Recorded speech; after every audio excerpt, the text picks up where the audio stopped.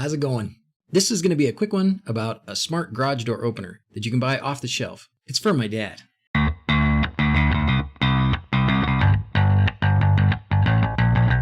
My dad is a great guy, and I love him a lot. A few weeks ago, he was here at the house helping me with something, and I said, "Dad, I've got all this smart stuff. What can I do to help you?" And he said, "I'd really like to know when my garage door is open or closed." I can do that, but my dad doesn't live in the same town as me, so I can't just go over to his house and install one of my systems for him. He's pretty smart, but I don't think he wants to learn how to use Home Assistant. So I needed an off-the-shelf system that he could install that would run an app that would let him see whether his garage door is open or closed and control it when he's not home. Turns out, that's not hard to find. I wanted to find a smart garage door opener module that wouldn't break the bank. So this is the one I got. It's actually made by Zemismart, although it doesn't say it here. You can get it from Amazon, but you can also order it from Zemismart directly and save a few bucks. This module has everything I was looking for. It's got a sensor to know when the door is open or closed. It can control whether the door opens or closes. And it's got an app that you can put on Android or iOS and that you can access from anywhere. And it's really not very expensive. I could DIY one cheaper, but that's not the purpose today. So I've got it here sitting on my desk. Time to see what's in the box. Here it is. Inside, we've got some instructions. Got a lot of hardware, double-sided tape, some wire management parts, so that's nice. Here's the actual unit. A few more screws. This is the magnetic sensor.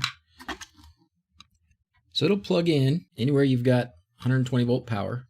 Looks like a decently long cord here. I would guesstimate that's 4 feet or so of cord. These are the 2 wires that will connect to either the button for the garage door or directly to the garage door motor at the same contacts where the button on the wall connects. We'll talk more about exactly where those go. And then here we've got the sensor. This is a magnetic sensor. It's got 2 parts. This part you'll mount on the garage door with a little double-sided tape. You could put some screws in it if you want. And then this part that is wired to this module, you'll have to mount somewhere next to the garage door where these will come in reasonably close contact. They don't have to touch, but you probably want to get them within 1/4 of an inch or so of each other so that it'll sense. And you may have to play with that a little bit to make sure that they're sensing. But it gives you quite a length of this wire. So my estimate would be at least 10 feet, maybe even 12 or more feet. I'm going to guess that in most cases, the best place to put this is going to be up by the garage door motor. That way you can easily connect these to the motor itself and you'll have power up there, and then you'll have to run this along the ceiling or the channels maybe of the garage door track to get it somewhere close. Now it's powered up and get it connected to the app. I think on the box this says that it uses the Smart Life app, but underneath Smart Life and a dozen other different app names is a software that's made by Tuya. So you can use the Tuya app, and that's what I would recommend. So grab the Tuya app. It's available for iPhone or Android, and we need to register for a new account. Okay, put your email in, and then it will give you a verification code. There it is, verification code.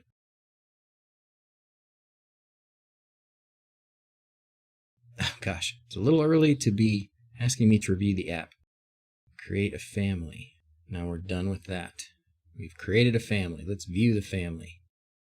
Now we're ready to add a device. So I'm going to plug this in. Ooh, we got mucho blinking going on here. We're going to hit add device.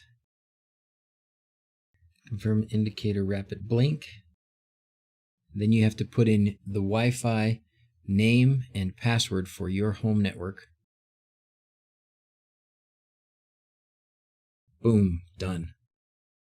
Garage door, great, done. And now we can do some fun things. First thing I want to do is I want to test out this sensor. So right now it says it's open because the sensor is separated. When I put them together, it says it's closing. That is excellent. And when they take it away, it says it's opening. Excellent. If you click for this to open, but it detects that the sensor is not open, it will close it again. So if I click for it to open, then I have to move the sensor away. Now it'll completely open. It'll allow it to completely open. And then the same thing when it goes to close, it's got to actually have the sensor close together. And there's two lights. There's the red and the blue. Oh, and the red and the blue change based on the state as well. Very nice. If you have an Amazon Echo or Google Assistant, you can also use it with those devices. If you click one of those, it will tell you how to do it. You'll have to go to the store for whichever device, Amazon Echo or Google Home, and download the app and make a connection. So the button that activates this is the one in the lower left corner that says switch. And if the sensor doesn't sense that it's correctly moving, it'll send it back in the other direction. Also, you can set a timer to tell it to close in 3 minutes. And after 3 minutes, it will automatically close. This will keep track of when it opened and closed. So if there was an event, you weren't home, something happened, you would be able to go back and track when the door was opened and closed. And you can do it on a schedule so that at 10 o'clock every night, every day of the week or certain days of the week, you can set it to switch it on or off. So we need to make sure we know which is which. Is on open or is on closed? Not sure I know. Out here you can use the button. Okay, off seems to be closed. Closed, off. On, open, closed, off.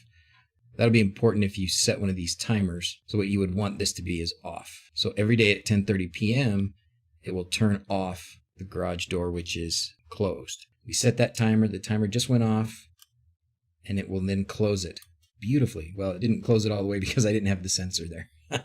But it functioned correctly on the countdown. Very nice. Okay, well, that's functional. It has all the basic functions that I think my dad will use or need. So I'm happy.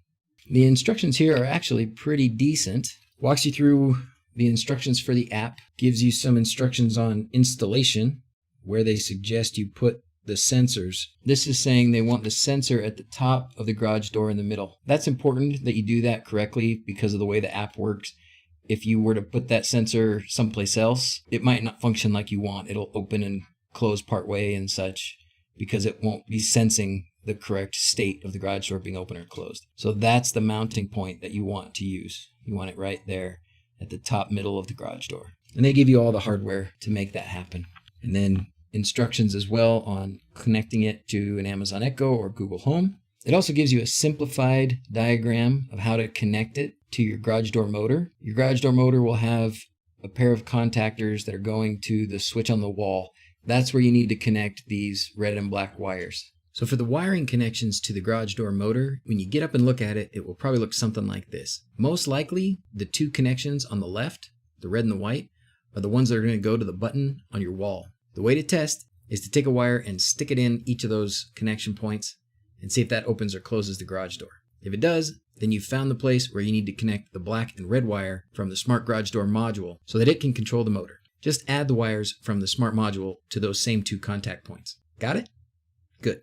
The Amazon listing has a list of compatible garage door models, and more important than that, it has a list of the models that are not compatible. So if you see your garage door model on this list over here, the right-hand column, then this device most likely will not work for you. It might still, but they haven't checked it, and they're not going to guarantee that it will.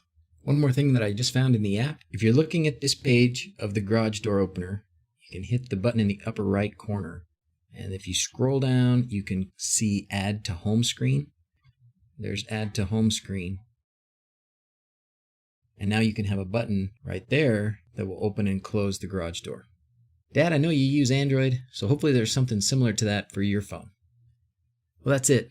I think that's all the information I can give you. I wish I could be there to install it for you.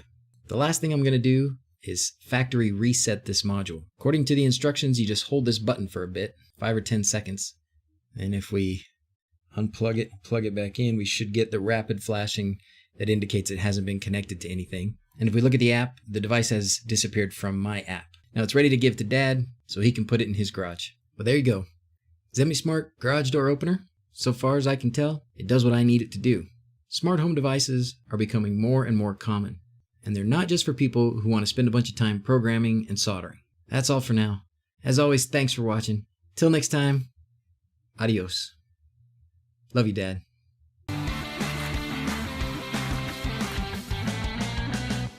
If you need help or want to chat with me or others who also enjoy projects like this, you can find us on Facebook and Discord. If you like what I'm doing and you want to support me, you can use my special product links in the video description, or head over to Patreon, or just like and share my videos. That's easy. If you like this video and you want to see more like it, this box will take you to a playlist of some of my favorites. In addition to videos like this, I also do live streams every Sunday. This box will take you to a recording of the latest live stream.